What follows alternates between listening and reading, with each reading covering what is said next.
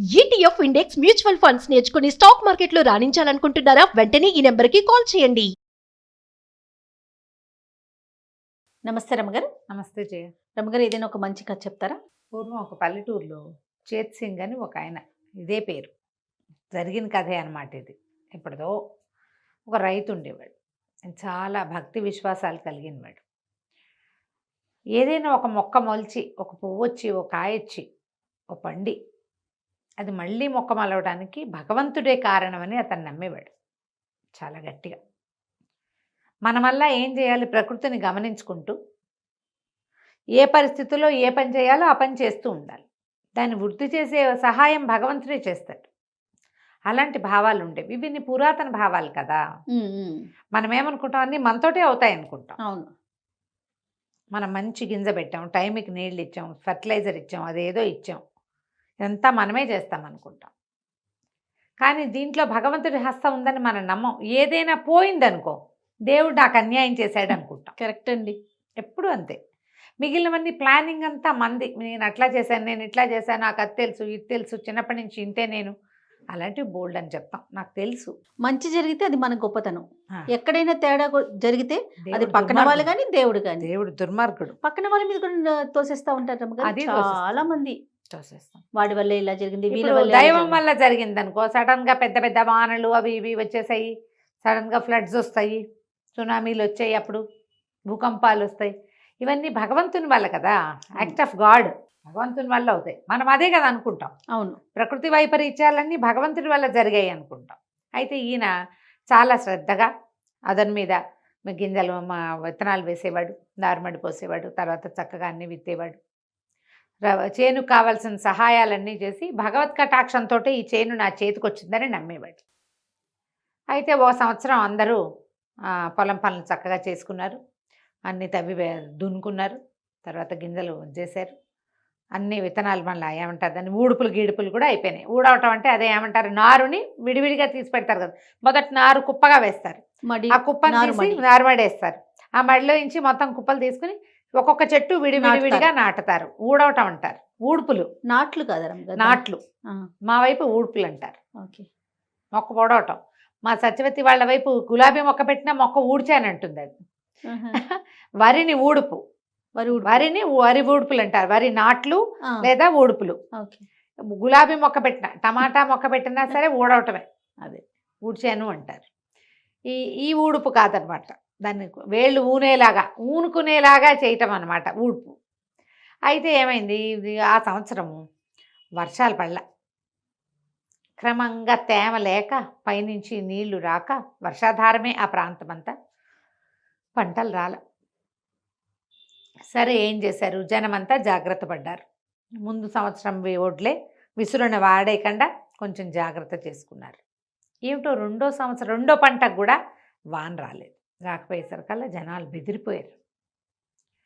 జ్యోతిష్కుల్ని, కార్తాంతికుల్ని, వాళ్ళని వీళ్ళని, ఖగోళ శాస్త్రజ్ఞుల్ని, కొంతమంది భూతత్వాన్ని గ్రహించే వాళ్ళని అందరితోటి మాట్లాడించి ఏం తెలుసుకున్నారంటే, మనకి కరువు రాబోతోంది, క్షామం వచ్చేసింది ఇక్కడ, అంటే నీరు లేదు, వాన రాదు. అక్కడి ఇంకో జ్యోతిష్కులు పెద్ద పెద్ద వాళ్ళు, పై దేశాల నుంచి వాళ్ళు వచ్చి 7 సంవత్సరాల పాటు ఇక్కడ వానలు పడవు అని నిర్ధారించారు. జనం బెంబేలెత్తిపోయారు. ఏం తింటాం, అసలు ఏం చేస్తాం, ఊళ్ళో ఉండి గొడ్డు గోదావనే, వాటి గడ్డి గాదం వద్దు, కావాలిగా. ఓ ఏడాది ఎండుగడ్డి ఆ గడ్డి తోటి మేనేజ్ చేస్తారు. 3వ ఏడుకి అయ్యేసరికల్లా మీకు జనుము కానీ వరి కానీ ఎక్కడి నుంచి వస్తే, పండితే ఎండుగడ్డి వస్తుంది, పండకపోతే పచ్చిగడ్డి లేదు, ఎండుగడ్డి లేదు. బయట దేశాల నుంచి కొనుక్కోగలిగే సత్తా రైతులకి, బక్క వాళ్ళకి ఏముంటుంది పాపం. గొడ్డు గోదా క్షీణించిపోయినాయి. దాంతో ప్రజలంతా పై ఊళ్ళకి వెళ్ళిపోవటం మొదలుపెట్టారు. ఈ ప్రాంతాన్ని వదిలిపెట్టి, కరువు ప్రాంతం దీన్ని వదిలేసి పై ఊళ్ళకి. ఇప్పుడు మన దగ్గర కూడా అంతే కదా, భీవండి నుంచి అక్కడి నుంచి ఇక్కడి నుంచి పైకి వెళ్ళిపోయి చాలామంది ఉన్నారు కదా కరువు ప్రాంతం నుంచి. మన తెలుగు రాష్ట్రాల్లో కూడా కరువు ప్రాంతాలు ఉన్నాయి. అక్కడ ఏమి నీళ్ళు రావు, ఏం పండవు, పండించలేరు, వేస్ట్ అయిపోతుంది శ్రమ అంతా. కాకపోతే మన చేత్ సింగ్ మాత్రం పొలం ఎప్పటికప్పుడు పదును చేసి పెట్టుకునేవాడు. గట్టి పడిపోతే ఓ రోజు పొద్దున్నే పోయి పాత గింజలు దాచుకుని కొద్దిగా ఇంతంత అన్నాలు వండుకోకుండా రోజు గంజే కాచుకునేవాళ్ళు. పొలం వెళ్ళి పని చేసేవాడు. ప్రతిరోజు చేసేవాడు.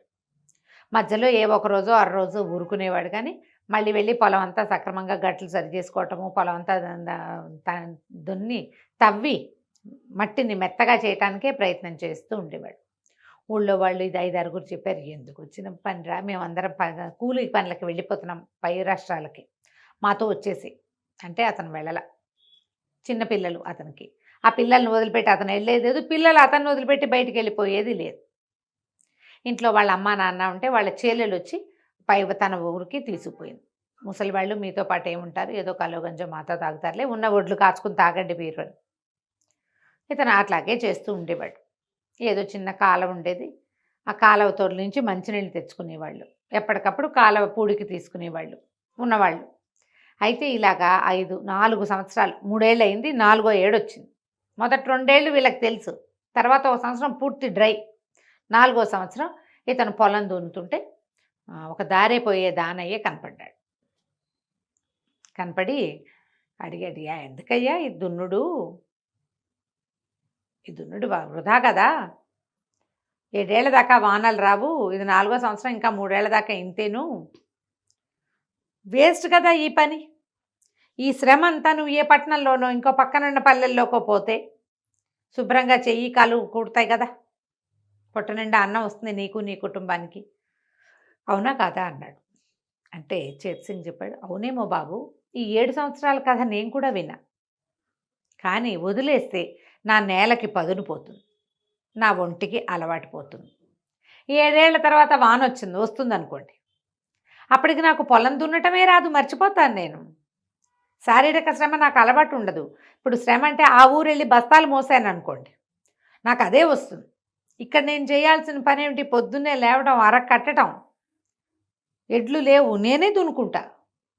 ఈ పని చేస్తూ ఉంటేనే ఇది అలవాటుగా ఉంటుంది, కానీ వేరే పనిలోకి వెళ్తే ఈ పని ఎవరు చేస్తారు, నా బదులు రైతు పని రైతే కాదా చేయాలి.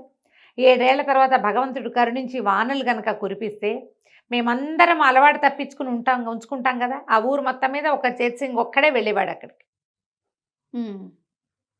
అతను ఒక్కడే దున్నేవాడు. ఇది నేను చెప్తుంటే నీకు ఒకటి గుర్తొస్తోందా? బహుశా ఈ కథ నుంచే వాళ్ళు అది తీసుకున్నారు. ఏంటి రమ్మగారు? నీకు గుర్తు కూడా రాలేదు? గుర్తు రాలేదు రమ్మగారు. ప్రజలకు గుర్తొస్తుంది. ఊళ్ళో అందరూ పని మానేసిన ఒకడు మాత్రం మాండు, వీడు పని వీడు చేసుకుంటూ ఉంటాడు. ఆ పొలం మాత్రం చక్కగా ఉంటుంది, మిగిలిన అన్ని చవుడు పట్టిపోయి దాళ్ళుగా అయిపోయినాయి. ఇతని పొలం మాత్రం మృదువుగా ఉంది మట్టి. ఈ మట్టికి మృదువుగా ఉండటం అలవాటు తప్పిపోతుంది, నా ఒంటికి ఈ పని చేయటం అలవాటు తప్పిపోతుంది. తర్వాత వాన వస్తే అప్పుడు చేస్తానంటే దాన్ని స్వాధీనపరచగలనా నేను? అందుకని నా అలవాటు ఉంచుకున్న, భూమికి అలవాటు ఉంచుకున్న, దేవుడు ఎప్పుడు కరుణిస్తే అప్పుడే పంట పండుతుంది. దేవుడు కరుణించలేదని నేను పని మానేయకూడదు, మన పని మనం చేయాలి. అనగానే ఆ దారిని పోయే దానయ్య కాదు, ఆయన వానయ్య, వరుణుడు. ఇతర దేవతల ప్రేరేపణతోటి ఈ ప్రాంతంలో 7 సంవత్సరాల పాటు కురవకూడదని నిశ్చయించుకుని ఉన్నాడు. తను వదిలేసిన ప్రాంతం ఎలా ఉందో చూడడానికి దారిని పోయే దానయ్య వేషంలో వచ్చాడు. ఆయన ఆశ్చర్యపోయాడు. ఎవడి పని వాడు చేయాలంటే, వీడి పని వీడు చేస్తుంటే నా పని నేను చెయ్యొద్దు, చేయాల్సిందే కదా, చేయాల్సిందేనని ఆయన పైకి వెళ్ళిపోయి వెంటనే వాన కురిపించేసాడు. ఏ సీజన్లోనూ వాన పడకుండా లేదట ఆ రాష్ట్రంలో. ఇక అక్కడి నుంచి వాన పడేసరికలు పదును మీద ఉంది ఇతనికి పొలం, ఆల్రెడీ తవ్వి పెట్టి ఉన్నాడుగా. చక్కగా గింజలు పై ఊళ్ళకి వెళ్ళి గింజలు తెచ్చుకున్నారు. వీళ్ళ దగ్గర గింజలు ఏం లేవు, అన్నీ పోయినాయి, వీటి పని అయిపోయింది. చల్లేసుకున్నారు. అందరికంటే ముందు చేత్ సింగ్ పంటే పండింది, ఎక్కువగా పండింది. మిగిలిన వాళ్ళందరికీ 10 బస్తాలు పండి, ఇతనికి 25 బస్తాలు పండింది. ఎందుకంటే ఇతని నేల పదును మీద ఉంది. తవ్వుతూ ఉండాలి ఎప్పుడు కూడా. మనుషులకి ఆ రకమైన శ్రద్ధ ఉండాలి. ఏదైనా అవకాశం వచ్చాక కోర్సులు నేర్చుకుంటామంట. ఎస్, ఆ విషయమేనా రమ్మగారు?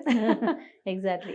అవకాశం వచ్చాక అప్పుడు మనం ట్రై చేద్దామంటారు. అట్లా కాదు, నువ్వు ట్రై చేస్తూ ఉంటే అవకాశం పికప్ చేస్తుంది. రోజు చదవాలి. పరీక్ష వచ్చినప్పుడు చదువుతాం అనకూడదు. ఈ బ్యాంక్ టెస్ట్లకి వాటికి ప్రిపరేషన్ చేస్తారా, ఆ నోటిఫికేషన్ పడ్డాక అప్పుడు మొదలు పెడతారు. అలా కాదు, మీ బ్రెయిన్ పదునుగా ఉంచుకోండి. భూమి ఎట్లా పదునుగా ఉండాలో బ్రెయిన్ కూడా పదునుగా ఉండాలి. చదువుకున్న వాళ్ళు చేయవలసిన పనే అది. మనకు అవకాశాలు లేవు కాబట్టి ఏ ప్రయత్నము చేయకుండా అలా మందంగా ఉన్నావనుకో, అవకాశం వచ్చినప్పుడు నువ్వు స్పీడప్ అవ్వలేవు, ఎలా అందుకుంటావు? అందుకోలేకపోతాం. అవకాశాన్ని అందుకోవాలంటే నువ్వు యాక్టివ్గా ఉండాలి, శరీరమైనా బుద్ధి అయినా. దానికోసమని ఎప్పుడు రెడీగా ఉండాలి. అవకాశాలు ఇచ్చేవాడు భగవంతుడే, అంతే. కానీ అవకాశం అందిపుచ్చుకోవాల్సింది ఎవరు? మనమే. మనము. దానికోసం మనం రెడీగా ఉండాలి. కాబట్టి బ్రెయిన్ని పదును పెట్టండి. ఒంటికి పట్టిన మందం బద్ధకాన్ని, సోమరిపోత్తనాన్ని వదిలిపెట్టేసేయండి. పురాతన కాలపు ఈ కథని ఒకసారి జ్ఞాపకం చేసుకోండి. It's a corporate story. Exactly అండి. ఎప్పుడు పనిచేయాలి, ఎప్పుడు అప్డేట్ అవ్వాలి. అదేదో అవకాశం వచ్చినప్పుడు అప్డేట్ అవుతాను అనకూడదు, నువ్వు చేస్తూ ఉండాలి. ఎంత పెద్ద ఉద్యోగంలో ఉన్నా కొత్త కోర్సులు ఏదైనా రాగానే నేర్చుకోవాలి. డాక్టర్లు, ఆయన ఎవరో ఒక డాక్టర్ చెప్పారు, ఆపరేషన్స్లో కొత్త కొత్త మెలకువలు వస్తున్నాయట. పాతకాలం వాళ్ళకి తెలియదమ్మా, మనం ఎప్పుడు అప్డేట్ అవ్వాలి, జర్నల్స్ తిరగేయాలి, పుస్తకాలు చదవాలి. చదవకపోతే మనం అప్డేట్ అవ్వలేము అని చెప్పారు. ఎంత మంచి విషయం, చాలా మంచి కథ రమ్మగారు. ఎస్, గుర్తొచ్చింది నాకు. రైట్ అండి, నమస్తే. నమస్తే.